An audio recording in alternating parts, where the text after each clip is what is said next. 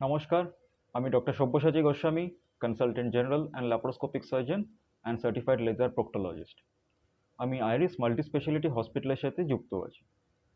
আজকে যে বিষয়টা নিয়ে আমি আপনাদের বলবো সেটা হচ্ছে গল ব্লাডারের স্টোন বা পিত্তথলির পাথর।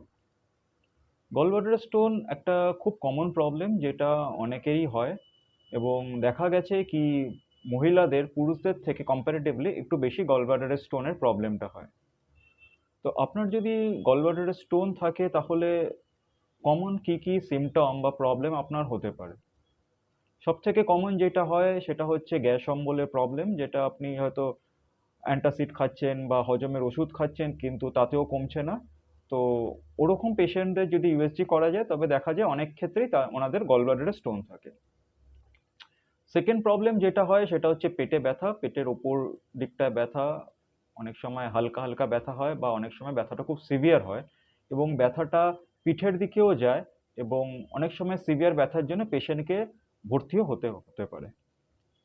আরও যে কয়েকটা প্রবলেম হয় গল ব্লাডারের স্টোনের জন্য সেগুলো হচ্ছে ধরুন জন্ডিস হওয়া বা প্যানক্রিয়াটাইটিস হওয়া। সেগুলো হচ্ছে খুব সিরিয়াস ব্যাপার যার জন্য পেশেন্টকে হসপিটালে ভর্তি হওয়ারও চান্সেস থাকে। তো গল ব্লাডারে যদি পাথর হয় তাহলে তার ট্রিটমেন্ট কি হবে?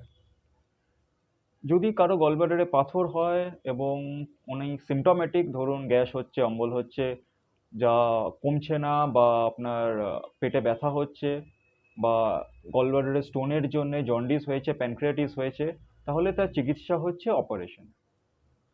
তো গলব্লাডারের সার্জারিতে যেটা করা হয় সেটা হচ্ছে গলব্লাডারটাকে পুরো পাথর সমেত বাদ দেওয়া হয়, কারণ কি গলব্লাডারটাও আপনার ডিজিজ থাকে।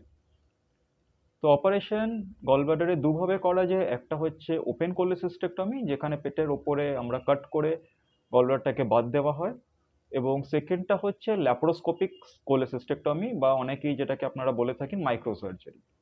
এতে পেটে 4টে ছোট ফুটো করে তার মধ্যে ক্যামেরা ঢুকিয়ে গলব্লাডারের অপারেশনটা করা হয় এবং গলব্লাডারটাকে বের করা হয়।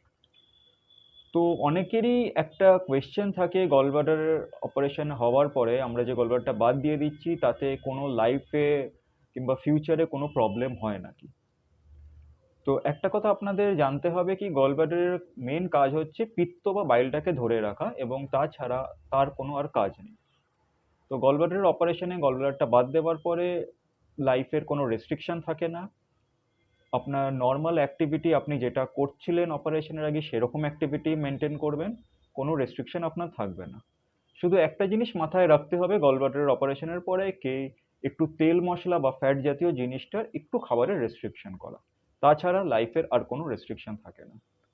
আশা করি এই ছোট টকটা আপনাদের ভালো লেগেছে এবং আপনাদের বেসিক কোয়েরিগুলো আপনাদের উত্তর দিতে আমি সক্ষম হয়েছি।